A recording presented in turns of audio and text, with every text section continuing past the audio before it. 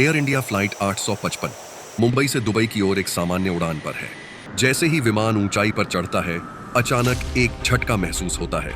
विमान धीरे धीरे लेफ्ट की ओर खतरनाक तरीके से झुकने लगा है। पायलट कंफ्यूज्ड है। उन्हें समझ नहीं आ रहा कि विमान राइट जा रहा है या लेफ्ट जा रहा है। कॉकपिट में अफरा तफरी मची हुई है। विमान नियंत्रण से बाहर हो रहा है। चेतावनी अलार्म बजने लगते हैं।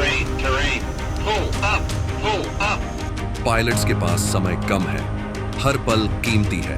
यह 10,000 फीट प्रति मिनट की खतरनाक गति से नीचे गिर रहा है। अरेबियन सी बस कुछ ही सेकंड की दूरी पर है और कुछ ही पलों में यह विशाल विमान रडार से गायब हो जाता है। आखिर ऐसा कैसे हुआ? एक अत्याधुनिक विमान महज कुछ ही मिनटों में हादसे का शिकार कैसे हो गया? क्या यह तकनीकी खराबी थी, पायलट्स की भूल थी, या इस घटना के पीछे छुपा है कोई बड़ा रहस्य? यह कहानी है एयर इंडिया फ्लाइट 855 की। मुंबई, 1 जनवरी 1978, रात 7:30। नया साल शुरू हो चुका है और मुंबई हवाई अड्डा हलचल से भरा हुआ है।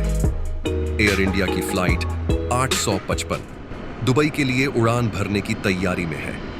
यह उड़ान लगभग 2000 किलोमीटर की दूरी तय करेगी और इसे पूरा होने में 3.5 घंटे का समय लगेगा।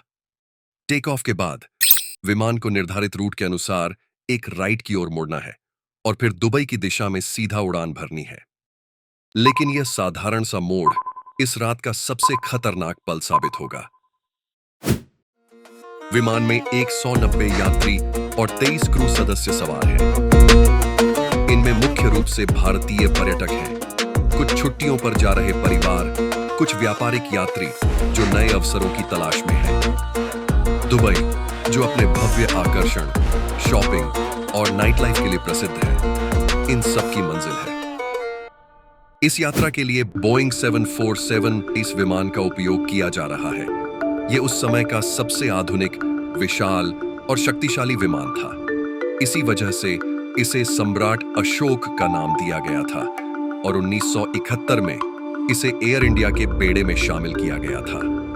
यह विमान न केवल तकनीकी चमत्कार था, बल्कि भारत की विमानन शक्ति का प्रतीक भी। लेकिन इस रात यह शक्तिशाली विमान एक भयानक त्रासदी की ओर बढ़ रहा था। यात्रियों और क्रू को यह अंदाजा भी नहीं था कि उनका सफर उम्मीदों और खुशियों से भरपूर नहीं, बल्कि एक ऐसी कहानी बनने जा रहा है जिसे इतिहास कभी नहीं भूलेगा।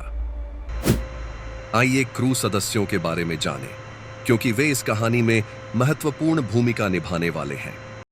कॉकपिट में कैप्टन मदन लाल कुक्कर नियंत्रण संभाले हुए हैं। 51 वर्षीय, 18,000 से अधिक फ्लाइट घंटों का अनुभव, 1956 में एयर इंडिया से जुड़ने वाले एक अनुभवी पायलट। वह कोई नौसिखिया नहीं है। कैप्टन कुक्कर का अनुभव तो अटूट था, लेकिन अंदर ही अंदर एक अदृश्य संघर्ष चल रहा था। उन्हें हाई ब्लड प्रेशर था, एक ऐसी स्थिति जो निर्णय लेने की क्षमता को प्रभावित कर सकती है, और इसके साथ साथ डायबिटीज भी। ये दोनों बीमारियां अगर ठीक से नियंत्रित न हो तो थकान और मानसिक धुंधलापन ला सकती हैं। कहानी यहीं खत्म नहीं होती। उड़ान से कुछ दिन पहले कैप्टन कुक्कर का शेड्यूल बेहद बिजी था। लगातार कई अंतरराष्ट्रीय उड़ानें, एक के बाद एक, फ्रैंकफर्ट, लंदन और न्यूयॉर्क जैसी लंबी उड़ानें। आराम का समय कम मिला। शरीर और मन थक चुका था। थकान धीरे धीरे उन्हें घेर रही थी। उन्होंने हाल ही में मेडिकल टेस्ट तो पास कर ली थी, लेकिन क्या वे वास्तव में इस उड़ान के लिए तैयार थे? उनके बगल में फर्स्ट ऑफिसर इंदु वीरमणि बैठे हैं। 43 वर्षीय, एक पूर्व भारतीय वायुसेना कमांडर, जिन्होंने 1976 में एयर इंडिया ज्वाइन किया था। 4500 से अधिक फ्लाइट घंटों के साथ वह भी एक अनुभवी पायलट हैं। उनके पीछे फ्लाइट इंजीनियर अल्फ्रेडो फरिया बैठे हैं। 53 वर्षीय, अनुभव का एक मजबूत स्तंभ, एयर इंडिया के सबसे वरिष्ठ इंजीनियरों में से एक। ये बहुत ही अनुभवी क्रू है, लेकिन एक ऐसी घटनाओं की श्रृंखला शुरू होने जा रही है जिसके लिए कोई भी अनुभव पूरी तरह से तैयार नहीं कर सकता। रात 8:13 पर फ्लाइट को मुंबई हवाई अड्डे से प्रस्थान करने और दुबई शहर की ओर जाने के लिए एटीसी से टेक ऑफ की मंजूरी मिल गई। रनवे से उड़ान भरने के लगभग 1 मिनट बाद विमान 1500 फीट की ऊंचाई पर चढ़ गया।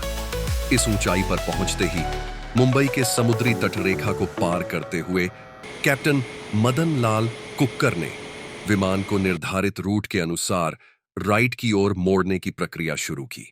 विमान ने सही ढंग से मोड़ लिया और कुछ ही क्षणों में अपनी पोजीशन को स्टेबल कर लिया।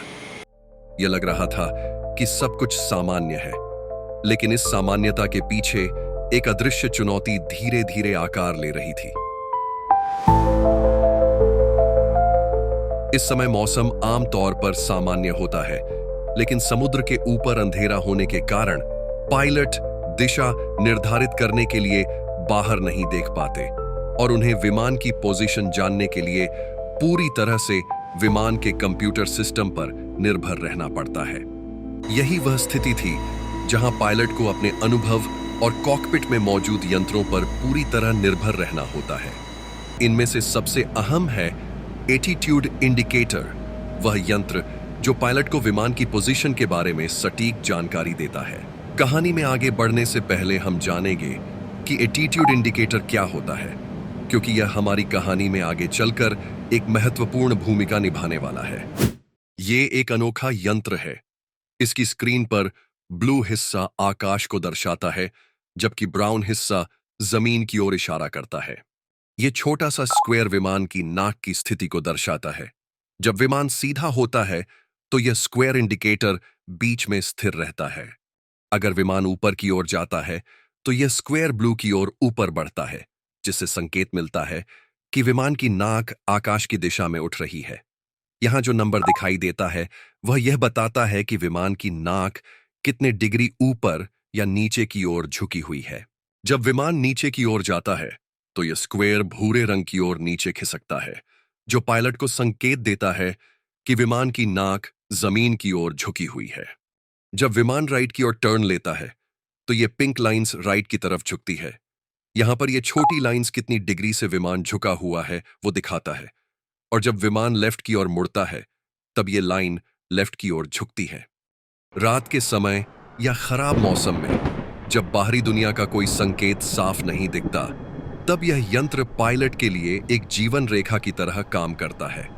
यह सुनिश्चित करता है कि विमान के विंग्स स्थिर और सीधे रहें। इस उपकरण पर पायलट का भरोसा होना बेहद जरूरी है, क्योंकि यह उन्हें सही दिशा और स्थिरता बनाए रखने में मार्गदर्शन देता है। एयर इंडिया फ्लाइट 855 के बोइंग 747 विमान में कुल 3 एटीट्यूड इंडिकेटर थे। इनमें से एक कैप्टन मदन लाल कुक्कर के सामने स्थित था, जो उनके लिए विमान की स्थिति को समझने का मुख्य उपकरण था। दूसरा फर्स्ट ऑफिसर इंदु विरमानी के सामने था, जो उनके कामकाज के लिए महत्वपूर्ण था। इसके अलावा एक बैकअप एटीट्यूड इंडिकेटर कॉकपिट के बीचों बीच लगाया गया था। यह बैकअप उपकरण इस उद्देश्य से रखा गया था कि यदि किसी प्राइमरी इंडिकेटर में कोई खराबी आ जाए तो दोनों पायलट इसे उपयोग कर सकें। लेकिन इस रात कॉकपिट में जो होने वाला है वह एटीट्यूड इंडिकेटर की सटीकता और पायलट की सूझबूझ पर सबसे कठिन परीक्षा डालने वाला है। विमान ने अपना रूट सही ढंग से पकड़ा था और सब कुछ सामान्य लग रहा था, लेकिन अचानक कैप्टन कुक्कर का ध्यान उनके एटीट्यूड इंडिकेटर पर गया। कुछ गड़बड़ थी। कैप्टन कुक्कर, जो 18,000 घंटे की उड़ान का अनुभव रखते थे, कुछ समझने की कोशिश कर रहे थे। उन्होंने आश्चर्य और चिंता में कहा, ये क्या हो रहा है? मेरा इंडिकेटर। इस छोटे से वाक्य ने उस रात होने वाली घटना की शुरुआत कर दी। एटीट्यूड इंडिकेटर उन्हें बता रहा था कि विमान राइट की ओर झुका हुआ है, बल्कि विमान सीधा था। उन्होंने इसे तुरंत नियंत्रित करते हुए सुधारने की कोशिश की और विमान को लेफ्ट की ओर मोड़ा ताकि विमान सीधा हो सके। लेकिन असलियत में कैप्टन ने सीधे विमान को लेफ्ट की ओर मोड़ दिया था। अभी विमान लेफ्ट की ओर झुका हुआ था। इसी समय दूसरी तरफ फर्स्ट ऑफिसर इंदु विरमानी का एटीट्यूड इंडिकेटर सही काम कर रहा था और उनका यंत्र लेफ्ट की ओर के झुकाव को सही तरीके से दिखा रहा था। यानी इस समय कैप्टन कुक्कर के साइड का एटीट्यूड इंडिकेटर गलत तरीके से राइट की ओर झुका हुआ दिखा रहा है, जबकि फर्स्ट ऑफिसर इंदु विरमानी का एटीट्यूड इंडिकेटर सही तरीके से लेफ्ट की ओर झुका हुआ दर्शा रहा है। लेकिन जब कैप्टन ने कहा, ये क्या हो रहा है? मेरा इंडिकेटर। तो फर्स्ट ऑफिसर इंदु विरमानी ने कैप्टन की चिंता पर अधिक जोर नहीं दिया और कहा, मेरा भी ठीक लग रहा है। पर यहां कैप्टन ने फर्स्ट ऑफिसर के जवाब को गलत समझा। उन्हें लगा कि फर्स्ट ऑफिसर भी वही देख रहे हैं जो उनका इंडिकेटर दिखा रहा है, राइट की ओर झुकाओ। फर्स्ट ऑफिसर इंदु विरमानी ने कैप्टन के इंडिकेटर के विपरीत जानकारी होते हुए भी इसे लेकर जोर नहीं दिया। वह मान बैठे कि कैप्टन सब ठीक संभाल लेंगे। यह एक बहुत बड़ा मिसकम्युनिकेशन हो गया था। विमान लगातार खतरनाक तरीके से राइट की ओर मुड़ रहा था। फ्लाइट इंजीनियर अल्फ्रेडो फारिया, जो 11,000 घंटों की उड़ान का अनुभव रखते थे, कॉकपिट में कैप्टन और फर्स्ट ऑफिसर के ठीक पीछे बैठे थे। उनका स्थान ऐसा था कि वह कॉकपिट में मौजूद बैकअप एटीट्यूड इंडिकेटर को साफ साफ देख सकते थे। जैसे ही स्थिति बिगड़ने लगी, फारिया ने बार बार चेतावनी देते हुए कहा, उस पर मत देखो कैप्टन, बीच वाले पर देखो।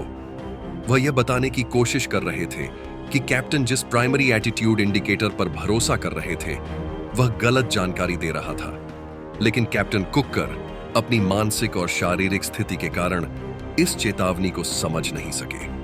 उनका ध्यान सिर्फ अपने इंस्ट्रूमेंट पर था, जो लगातार उन्हें भ्रमित कर रहा था। फर्स्ट ऑफिसर और बैकअप एटीट्यूड इंडिकेटर सही जानकारी दे रहे थे, लेकिन कैप्टन ने इसे नजरअंदाज कर दिया। इस भ्रम में उन्होंने और लेफ्ट की ओर झुकाव बढ़ा दिया। विमान का झुकाव अब 108 डिग्री पर पहुंच चुका था। यह इतना अधिक था कि विमान लगभग उल्टा हो चुका था। झुकाव के कारण विमान की नाक नीचे की ओर थी और इसकी ऊंचाई तेजी से गिर रही थी।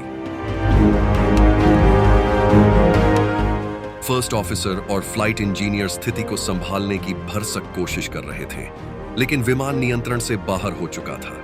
कॉकपिट में से आखिरी आवाज गूंजती है, उसे सीधा करो, उसे सीधा करो। लेकिन अब कुछ भी करना संभव नहीं था। रनवे छोड़ने के ठीक 101 सेकंड बाद, यानी उड़ान भरने के सिर्फ 2 मिनट के अंदर, बांद्रा के तट से लगभग 3 किलोमीटर की दूरी पर विमान उल्टा होकर समुद्र में जा गिरा।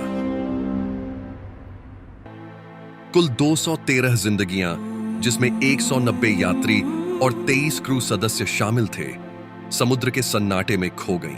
यह भारत के विमानन इतिहास की सबसे भयानक विमान दुर्घटनाओं में से एक है। यह त्रासदी रोकी जा सकती थी। फ्लाइट इंजीनियर की चेतावनियां, बैकअप इंस्ट्रूमेंट की सही जानकारी सब मौजूद थी, लेकिन इंस्ट्रूमेंट की खराबी, कैप्टन की मानसिक स्थिति और बढ़ता तनाव, सबने मिलकर इस भयानक घटना को जन्म दिया।